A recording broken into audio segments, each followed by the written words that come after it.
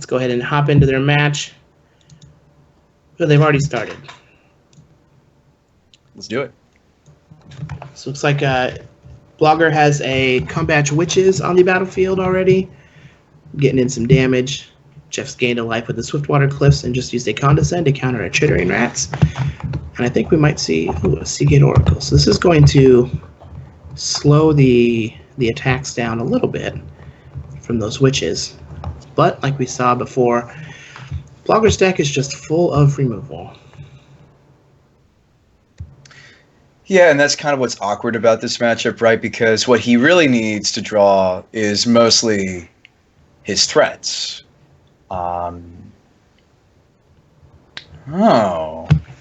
Ooh, so J-Rec just gets the free attack in.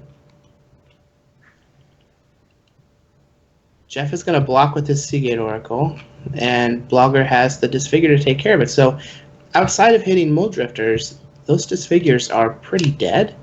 And that's a pretty heads-up play. Now, to be honest, like Blogger could have just disfigured the Seagate Oracle and then used the Witches to ping it. So this way he does save himself a damage. There's a chance that Jeff just doesn't block there, so it might be worth just actually killing the Seagate Oracle outright to prevent any shenanigans from happening. How do you feel about compulsive research in Pauper? Man, it says draw 3 cards, so it has the potential to be very good. I didn't play any when I was playing Tron. I believe Jeff just has it as a singleton, which isn't a bad thing, to be honest. I mean, I like draw 3 cards, except it's instant speed, and you put 2 of them back to set up that Terminus. Oh, this is Pauper. You cannot play Terminus in Pauper. This is true. This is true. Well, Jeff's going to discard a Swiftwater Cliffs, play a Thornwind Falls, and pass the turn back.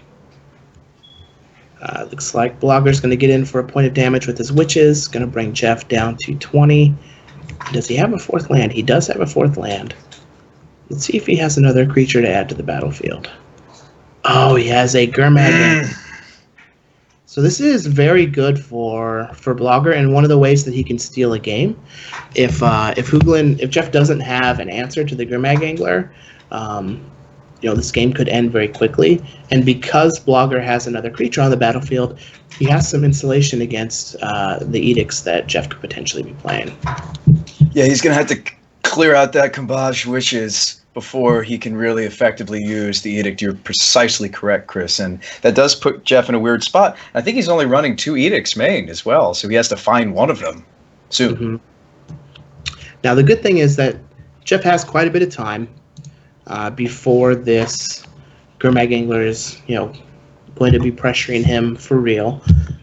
But since Jeff is tapping out every turn to develop his board here, this could be a turn coming up where Blogger sneaks in the Grey Merchant. It looks like he doesn't have it. He's going to Sign in Blood instead.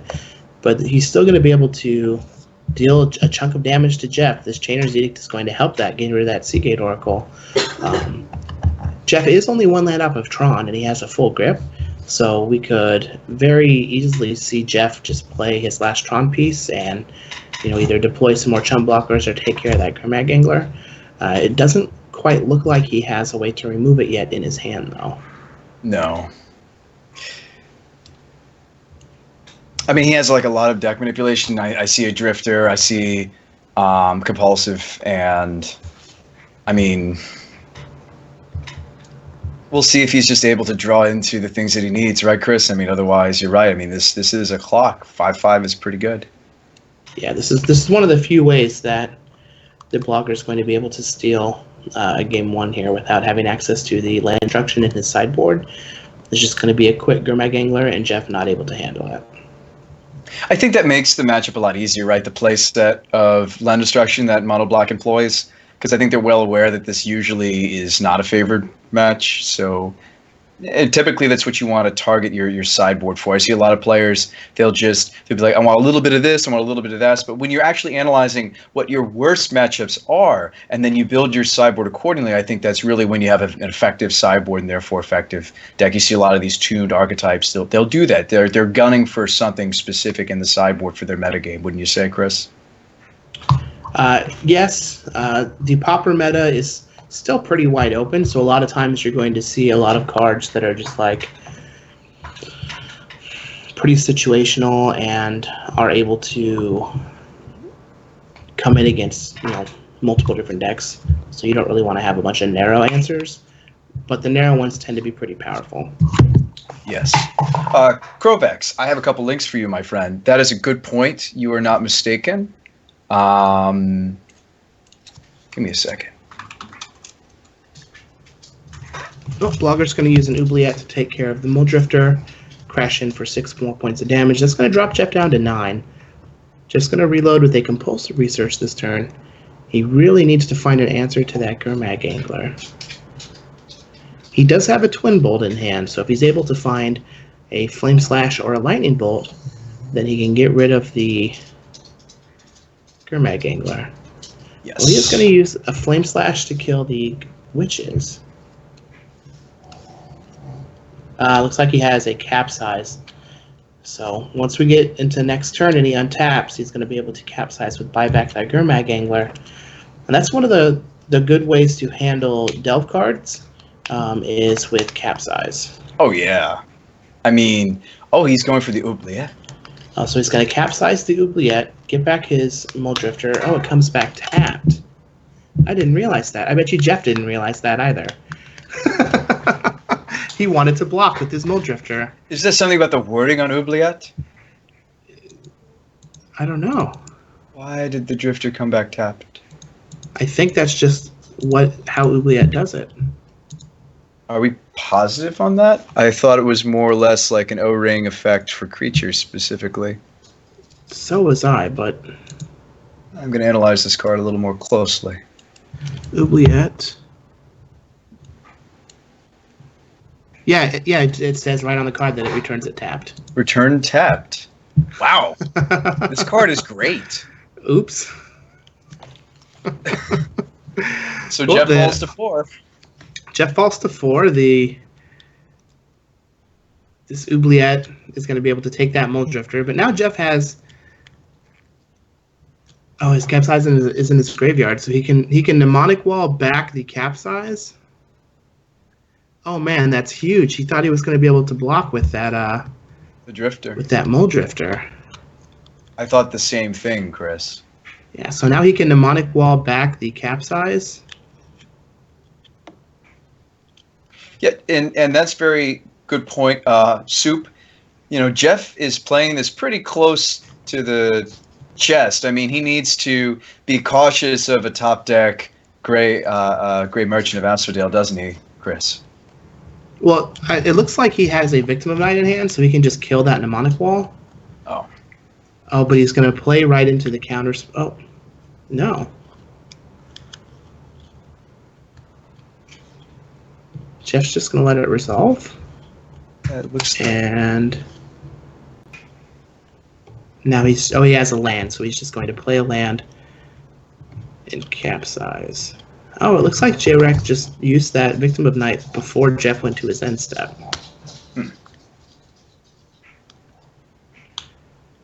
He's going to Sign in Blood himself. I think we might just see a redeployment of that Gurmag Angler.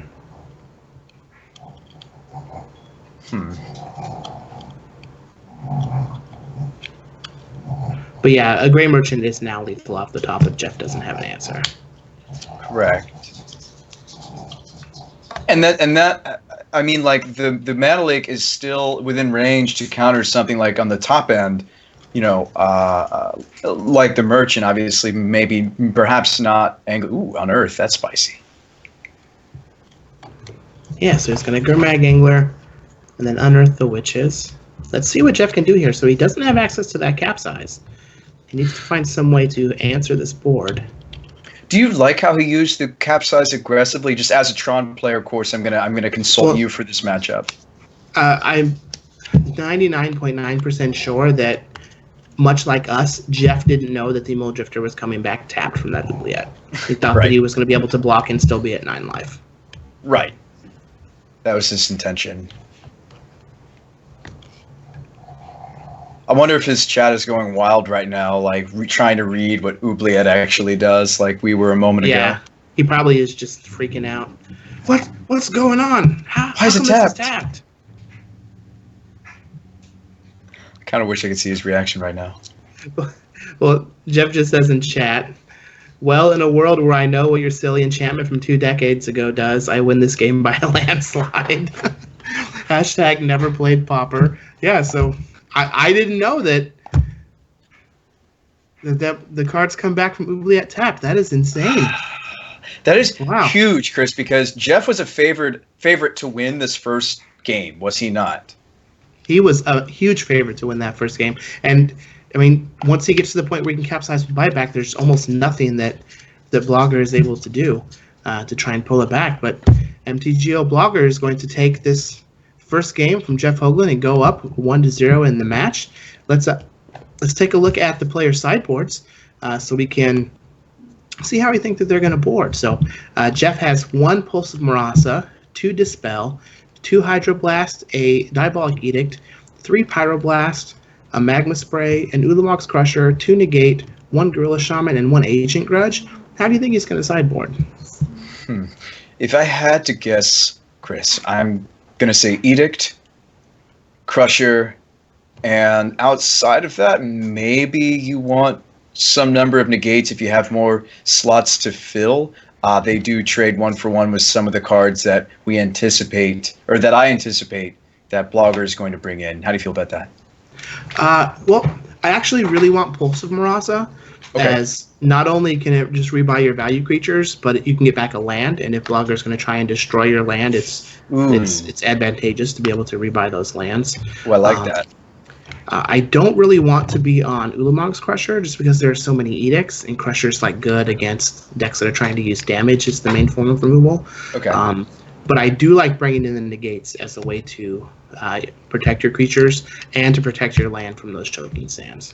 So perhaps we agree on the edict and the negates, but not so much the Crusher. You feel it's more about the Pulse. I didn't think about that implication. Pulse returning the specific Tron piece that Blogger might try to remove in these post-board games. Yeah, so looks like our players are just about ready, so really quick, let's go over Blogger's sideboard. He has a Pestilence, a Bajuka Bug, 4 Choking Sands, a Corrupt, a Font of Return, a Nausea, 2 Relic of Progenitus, a Shrivel, and 3 Wrench Mine. What do you think he's going to bring in? Oh man, give me those Wrench Mines. Give me the Choking Sands, perhaps the Corrupt and the Font. I'm not really interested in anything else. The only other card that I would potentially want is a Bajuka Bog to shut off any Mnemonic Wall action from Jeff, but I do agree on that. So let's hop into our players' match. It looks like everything is up and running, and Jeff has a pretty good start so far with an Urza's Tower, an Urza's Power Plant, and a Prophetic Prism. So he could play a full-value Muldrifter next turn if he has Tron, which he does. J-Rack only has the Combat Witches. There's an Expedition map. That'll be very good as it gives him insulation against a land destruction card, and I don't know if I like Jeff using that map now, because now Blogger knows which land to not kill with a Choking Sands. Correct. Now, let me ask you something else. Is it nutty that Jeff just had the natural Tron? How often do you find yourself getting there for natural Tron when you play your Pauper variant of this? I mean, just as often in Modern, if we're talking about natural, you can only have 4 copies of each. Right, the natural. And I feel like I find that my opponents have it much more often than I do. This is brutal. There goes the tower.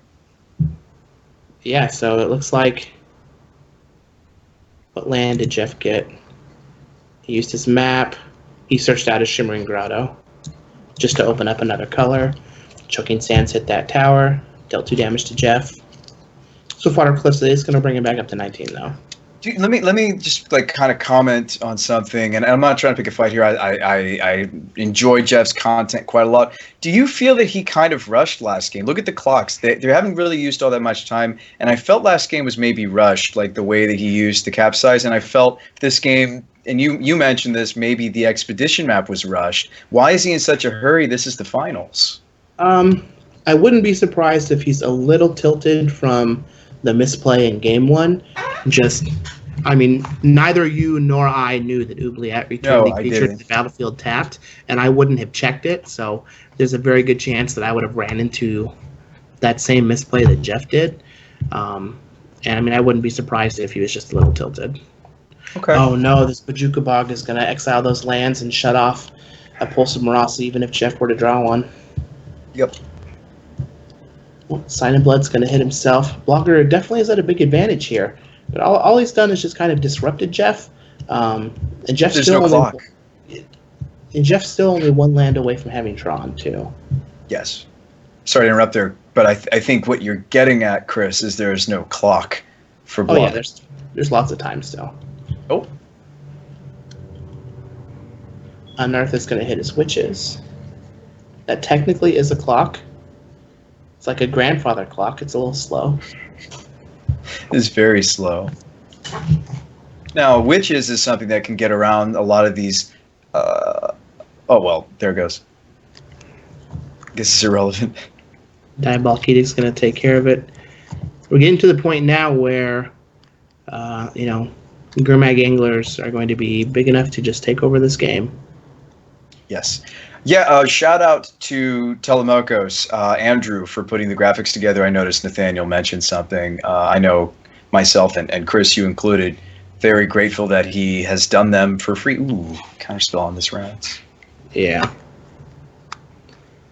Counterspell's going to hit the rats. Let's see what else her blogger has. Smells like a Gurmag Angler. That whole waiting to pay cost thing, always a delve spell. Yeah, I mean, like this angler here is huge, isn't it, Chris? I mean, it is the biggest zombie fish I've ever seen. No, I mean, it's not even that it's big, it's that it's huge because, I mean, look at Jeff's hand. Yeah, he just doesn't really have any way to interact with it. Like, he can bounce it, but that's not going to stop him from doing anything with it. This compulsive research could still draw him out of it. He does have, another 2 turns before I would start being worried. Yeah. I mean, if you're Jeff, you don't want to just cast the capsize. We want to... Oh! Tower. And we've got a game. He found a tower. That's going to give him his Tron. He did get rid of that Rolling Thunder, but he is able to capsize with buyback right now. Yeah, this is big. This is... Jeff could take this from here. Blogger only has two lands in hand, too. So if he's able to draw... a Sign of Blood is good. If he can hit something like Choking Sands to knock Jeff off of Tron, that would be good. Mm-hmm.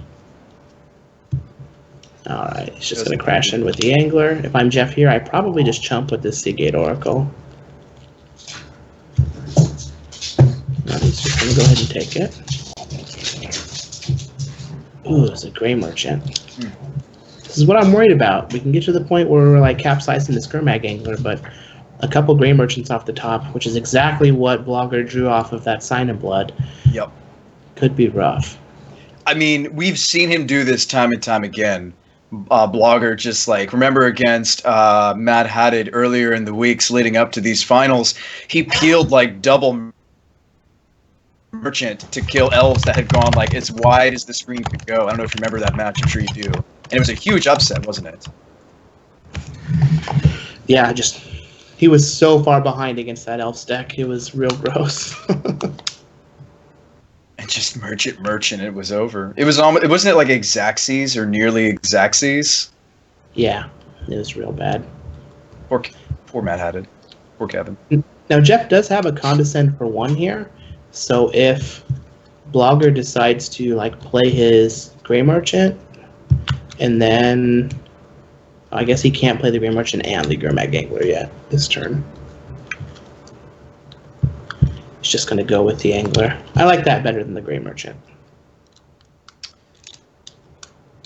I would agree. I mean, this is. I mean, he's in fact, he's at the point where he can just play the Merchant next turn and certainly pay for Mana Leak. And Jeff will likely have already. Well, but this Angler is summoning 6, so he doesn't have to. But he certainly will capsize. Okay, we're going to take him off to Devotion. That seems good. Yeah, Flame Slash is really good there. This also opens up any of the edicts as an out to this Angler, too.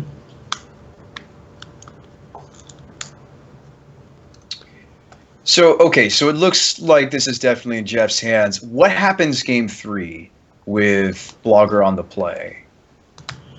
I mean... I'm assuming we're going to get a game 3. I think that this if we go to game 3, there's a chance that just the same thing happens. Like, Choking Stance is great at hindering what Jeff is doing, but this mono black deck just isn't capable of producing an early enough clock to where that disruption is going to matter. It's more of a mid-range strategy. I agree with you. It kind of fills that role in the format where it's able to slow down the aggressive decks, but also has a somewhat game against some of the slower decks of the format. But it just doesn't feel. I mean, here's something else to think about. You run teachings in your Tron deck. Mm-hmm. How many capsize does Jeff run? Just the one capsize, which is pretty standard. He found it both games.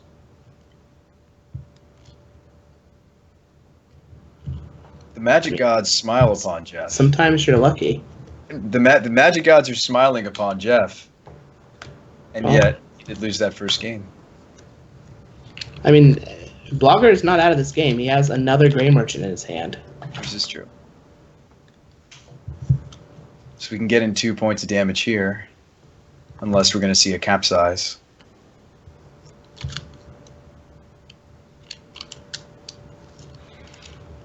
I don't want to capsize either of those creatures, to be honest with you. No.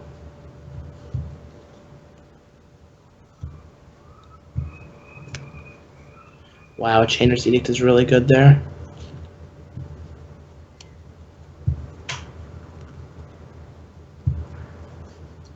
It's gonna be able to attack for 4.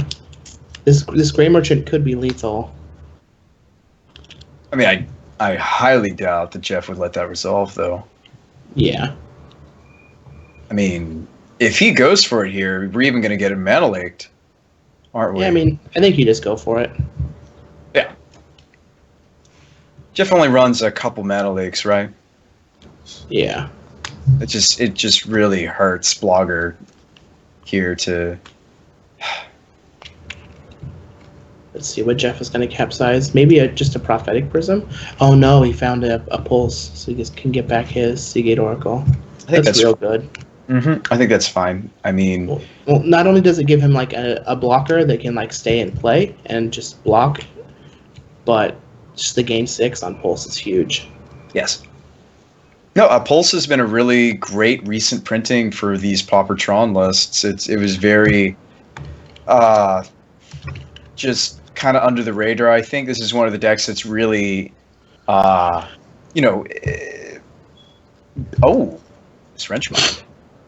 Yeah, this Wrench Mind is real good. I think out of all of the decks that have incorporated Pulse of Marasa, I think that this Tron deck has done the most with it that I've seen. Oh yeah, absolutely. Until there becomes like another Evoke deck or like a heavy Evoke style deck. Like, I guess you could just be like a Sultai Evoke deck. Well, no. Shriekmaw isn't legal in Pauper. Yeah, I think that the Tron deck is just like the best pulse deck. Yeah. Yeah, I mean, I don't know. I mean, the only other... I mean, are we talking like outside Pauper now, or are we still talking Pauper? Because if we're talking Modern, I could see it as like a sideboard card. I mean, I don't think it's going to be good enough to play in Modern. Unfortunately.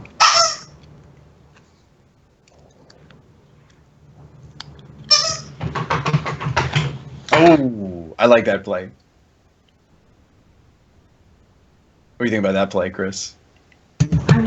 Yeah, being able to capsize his own Seagate Oracle to effectively counter the Chainer's Edict flashback It's very, very good. It's just neat. I love that. I love that. And I mean, it's like, and you know, Blogger knows fully about this capsize. That's not anything that's not known to him. Oh, the white border soul from Jeff.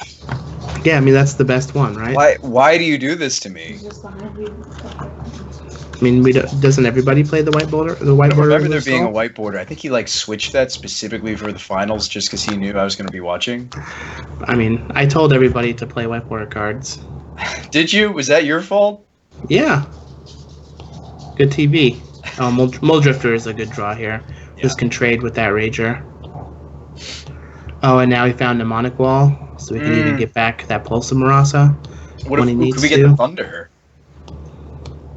Yeah, and we can also get the Thunder. Well, what's your pick? He's a Tron player here, so. 3, 6, 10, 30. He only has 13 mana, so getting back Thunder isn't super needed right now. It's only 11 damage anywhere he wants it. You're right. It's not even that great.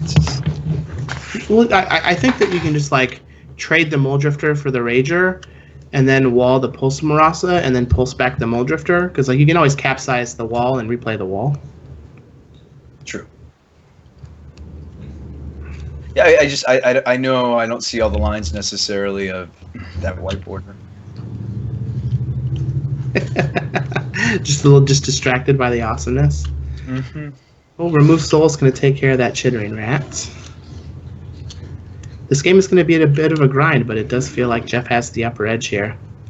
As long as he keeps taking these game actions, he'll quickly, eventually grind out Blogger. I mean, he is a minute and some change behind, but 12 minutes is a nice chunk of time. Yep. Just keep on trucking. I'd love to see a game 3. I'm not necessarily rooting for one player than the others. I think I'm gonna stick with your plan and just be Switzerland. Be neutral, so to speak. Yeah. So, I just like close magic. I'd love to see a game 3, so we shall see. So, Blogger is going to Gurmag Angler there, leaving 3 mana open to play around a mana lake.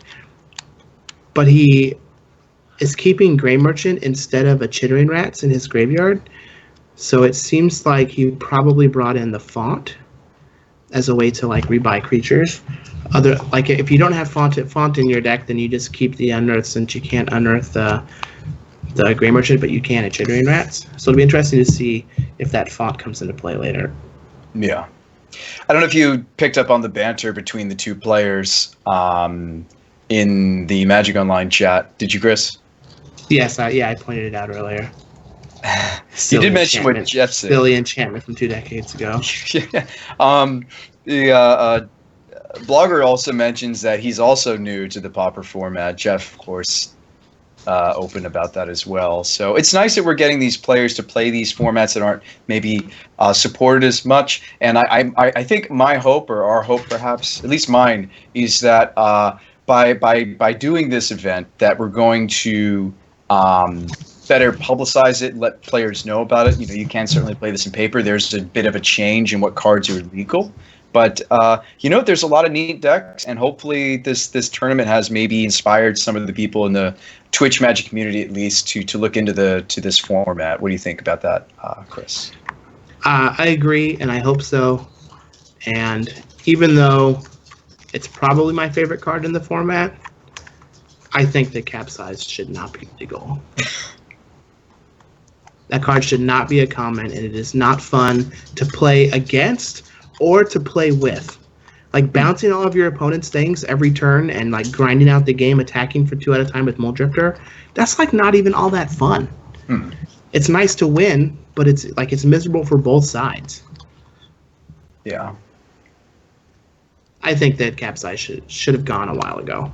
Yeah, you're not wrong. You're not wrong. I mean, that's true, and there's only a couple colors in the format that really handle the Capsize well, aren't there? A Dispel or Duress kind of handled it efficiently, but not everybody's going to have access to those colors or to those cards, are they, Chris? They're not. Well, Wrenchbine's going to get hit with a counterspell. Here we have just a situation where Jeff is chump blocking when and where he needs to, utilizing Capsize to keep himself alive and get advantage with his Mole Drifter, You're just going to attack for 2 every turn. So we're just going to see, these Seagate Oracles blocking. Jeff has more card draw spells. He also has just another Pulse. Looks like he even has a Chainer's Edict in his hand, so he has enough mana and black sources now where he can just do them both. Just cast it flashback. Yeah, I mean, we're just seeing Jeff get to do all the wonderful things, and my worry is that there is not enough time for him to do all of the wonderful things. Lamar in chat says that opponents can concede at any time. Shrugs. That's true, but they never do.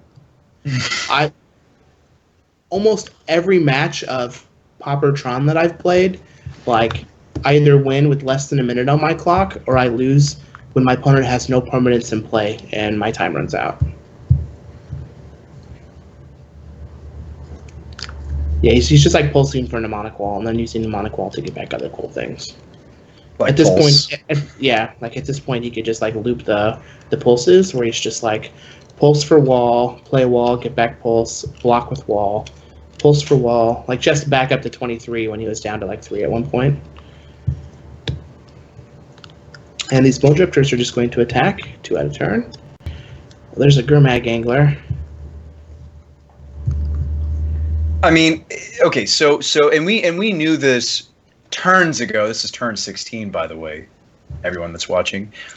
You and I sat down and to this game, and we knew that once Jeff gets to this point, he has so much inevitability. Yeah, like there's... I think that Blogger right now has a 0.0000001% chance of winning this game, and that's only because Jeff could have like a power outage, or like his kid could walk over and unplug his computer. Like something external would have to cause this game to be over. Yes. And at this point, Blogger is just playing to use up Jeff's clock, which is perfectly legal. Right, which is improving his percentages in the match. Correct. As this game dragged on. And Jeff has just a little bit less than 9 minutes for him to close this next game if he's going to take this match and go to the finals. We'll see what happens on... Which he is playing fairly quickly. Yeah, oh yeah. So, he definitely can make it happen. Now, while the players are sideboarding for Game 3, I don't believe they're going to make any changes to their deck. We had some questions early on for us that we didn't have a chance to address. So let me see if I can go back to those. It looks like somebody wanted to know... Somebody wanted to know what our favorite cards were. So what is your favorite Magic card? That's rough. I mean, I love Electrolyze. Of all time. I'm going to go with Electrolyze. I like it a lot. What about you, friend? Electrolyze is your favorite card of all time? I mean, have you ever played it? It's just wonderful. I mean, I have played it, but I've also played a lot of other cards. Okay, well, what's your favorite then, Chris? Maybe I'm not in the same league. My favorite card of all time is Tradewind Rider. Like I said, Capsize is my favorite card in Pauper. So, obviously, Tradewind Rider is going to be my favorite card. Like, the first actual competitive deck that I got into, back when I was a freshman in high school, was like a Tradewind Rider, Armageddon, Wall of Roots, Birds of Paradise deck. And so I've always just really enjoyed the card Tradewind Rider. I put it in every cube that I ever make. When I finally break down and make a commander deck, it's going to have blue in it so I can play Tradewind Rider. It's just like my favorite card. Which is weird because a lot of people will just think that Stormbreath Dragon is my favorite card, but it is number 2 to Tradewind Rider. Fair enough. Let me sidestep that love for blowing up everyone's lands. I feel like that's not what people enjoy, not what people were hoping for. That's not what everybody enjoys, but I enjoy bouncing things with Tradewind Rider. That brings me to another brief discussion. How do you feel about the direction that Wizards is moving Magic? In general, I see a lot less decent counter Magic. I see a lot less, if any, land destruction. How do you feel about the new direction that Magic is going? it's more interactive and more creature centric. So for a very long time, and it's extremely evident in Pauper, that the spells were much more powerful than the creatures and the threats. And so that paradigm has been shifting as we move into what they refer to as the New World Order in Magic design. So it's more combat-centric, it's more creature-based, as we've seen creatures are just getting more and more and more powerful. And I better because it makes for more interactive games of Magic. Beating your opponent because you hem the only land that's left in their hand, that's not an interactive or rewarding game of Magic to me. Capsizing my opponent over and over and over again, that's just not rewarding. Fair enough, Chris. You can't deny that it's not an effective way to win a game of Magic, though, can you? I mean, Counterspell is an effective Magic card, but it's not. So here's, I'll tangent from the game. Everybody can see what's going on. This is going to be kind of boring while Jeff tries to get advantage here. He even has Tron already, but which is ridiculous. The more that I get entrenched in the professional side of Magic the Gathering, whether it's doing commentary, traveling to more tournaments on a regular basis, working in retail, be it Star City Games or Card Kingdom, my view has changed a lot to what's better for the game as opposed to what do I enjoy or what's better for me. So I enjoy the card Counterspell. I enjoy the card Hymn to Turak. I enjoy the card Thoughtseize. Those are powerful powerful cards. Thoughtseize is skill testing, and the Turak really isn't as skill testing, but I enjoy those powerful skill testing cards. But that is not what is best for Magic the Gathering in a long-term, broader overall sense. Making it be more about creature combat, making it be more interactive, making it so you have to utilize your ability to gain these small edges and snowball them into winning the game is what's better for the longevity of Magic the Gathering. I'm not going to disagree with you. I will agree that it's nice that Magic, they are trying to head in a more interactive way. I 100% agree with that. You're spot on. I've never had a huge love for, and maybe this is just something that I need to maybe play some more limited for more standard to get acquainted with. I've never had a huge love for just combat math in general. And I think maybe that's something I need to get over before I can embrace this new direction that Magic is headed. Do you play a lot of limited? No. I play Cube. That's pretty much it. If you want to garner a love for combat math and combat in general, I recommend playing limited. What about Eternal Masters Limited? That doesn't count, does it? I don't know yet. I haven't had a chance to play. A lot of people at work have some boxes that they want to use to get some drafts fired, so I will be able to play the limited format and see how that works out.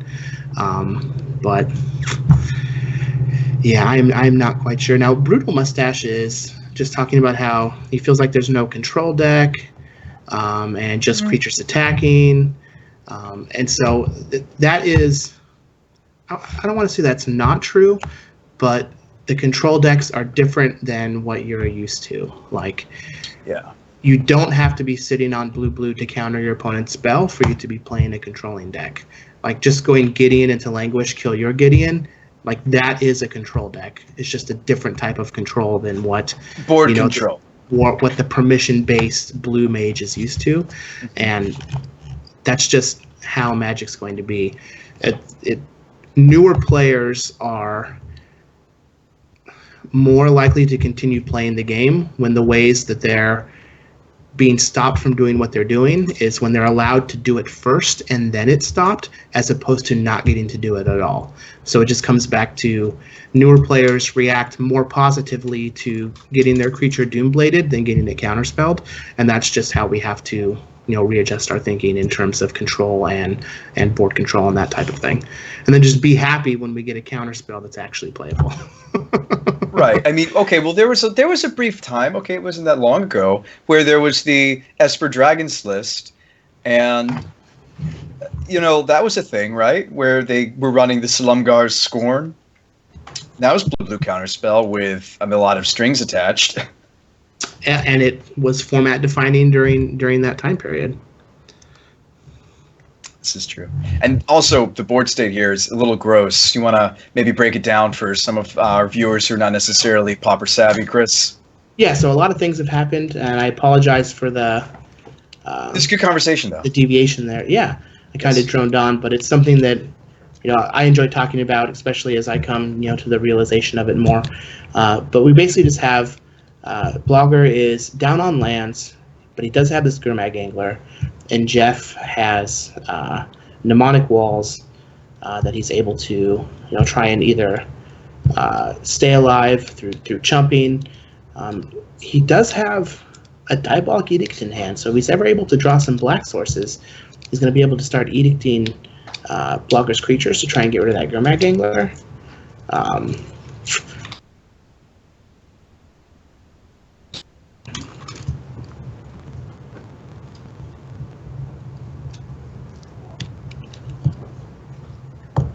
Chris, did you say something to me, friend? I lost your mic for a moment there. I did not. I was just reading through the chat. We got a lot of people posting comments, and I love the interaction. Yeah, this is great. Gurmag Angler is going to be chumped by that mnemonic wall. We got another Witches going to be deployed. Blogger's trying to grind this game out. Jeff just really needs to find some black mana so he can start utilizing his walls and that Diabolic Edict. We see the Sponsor return here for Blogger, though, so even if Jeff is able to start taking care of a bunch of Blogger's creatures, he can just regrow 3 of them. Yeah. Yeah, this is I guess still very favoring Jeff. I mean, look at his hand; it's stacked. He has a lot. I think that the Mana Leak's effectiveness has sailed, much like you predicted, Chris. And maybe we'll see this font do some nice value in a bit. I think that Blogger is waiting for it to get more value. If you guys don't know font, it gets back 3 from your graveyard. That's a lot of cards. It's a lot, yes, I agree. Especially when they're like Grey Merchant, Gurmag Angler, and something else. Yeah. Ooh, Jeff just approaching the red zone on his clock. What does that mean for this match, Chris? That just means he has to play faster and not in a position here where he can leverage like a capsize or some type of board control. There is a good chance that what's going to happen is Jeff will take full control of this game and lose to time. He needs to get some flyers on this board. That's how he wins this match. We need to get some hardcast Mold Drifters up in here, wouldn't you say? Yeah, just like getting some chump blockers in play, Seagate Oracle, Mold Drifter, just drawing into some way to affect this board. Looks like he's picked up a couple prisms, though, so he does have access to black mana.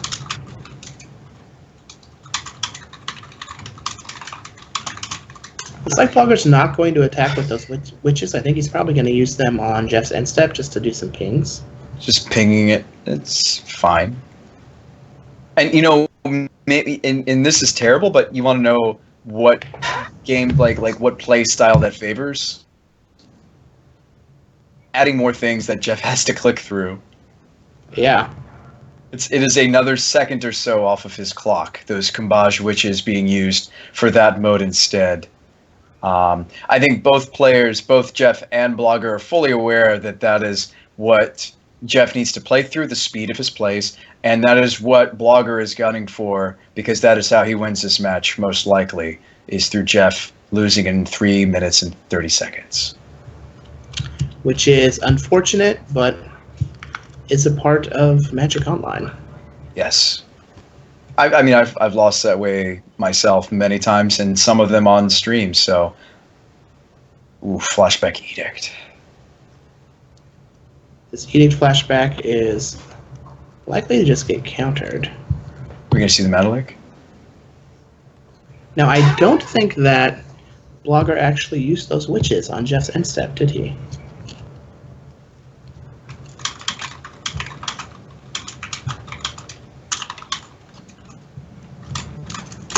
Yeah, I mean, I feel like I wish Jeff would squeak this out. Okay, well, there's a Drifter.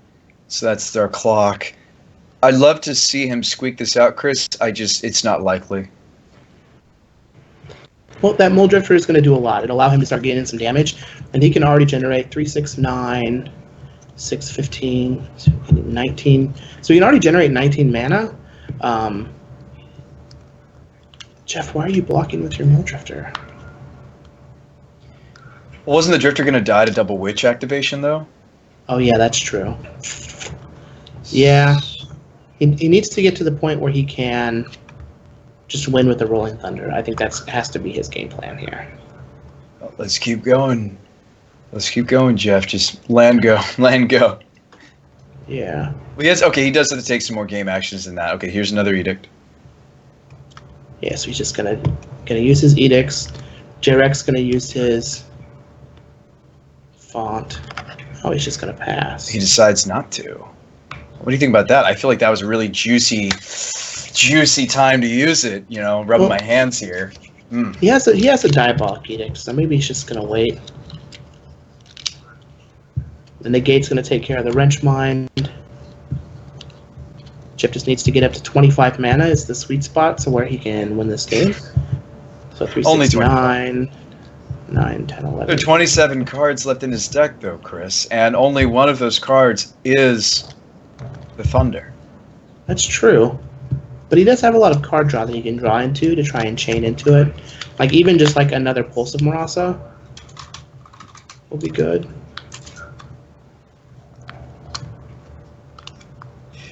Yeah, I mean... And he has the land in hand, so he's just only like 1 mana away from being able to Rolling Thunder. So. Right. I mean, but we have to find it, Chris. I know you're talking about his outs here. Ew. That was another turn that I felt Blogger needed to font. What's going on here? I'm not sure why he's not fonting yet. There's such so good... that Sign in Blood is going to make it so that he's actually just dead to a Rolling Thunder right now. Yeah. Jeff has a bunch of counter spells in hand. His Rats is like... Chittering Rats just going to be mana leaked. Well, Jeff needs to keep drawing into the deck. Now, how many more game actions? Jeez, his hand is loaded. Double counterspell. How many more game actions, Chris, does Jeff need to take for this game to be over if it's not the Thunder? If Thunder doesn't come to his aid in time, and we just need to get a few, Mole Drifters. Ooh, Choking Sand. That's not that big. Oh, that cut. Yeah, that's not that big of a deal. That doesn't cut off the second red source. He has 2 grottos. Yeah. These attacks just aren't really doing anything. I think Jeff is just like F4 and F16 if I'm Jeff. Yeah, I mean, like maybe roast or something. Yeah, like if he hits a draw spell, I would cast it. Yeah, kill, go, block, kill, block, go, counter the things that matter. Here's that font, finally, in the end step. All right, so what did he get back? I saw a Merchant, a Gurmag, and... Chittering Rats. Chittering Rats. Seems like a good 3 to go with. We're going to lead Rats. Jeff probably lets that go. I think he might have to counter it. Because he has to draw to the... Yeah, like he can't afford to not draw into Rolling Thunder. Although this Grey Merchant now is going to put J-Rec up to 24, so then Jeff needs 26 mana. 3, 6, 9, 10, 13, 14, 17, 18, 19, 20. Well, he's only at 22. Right.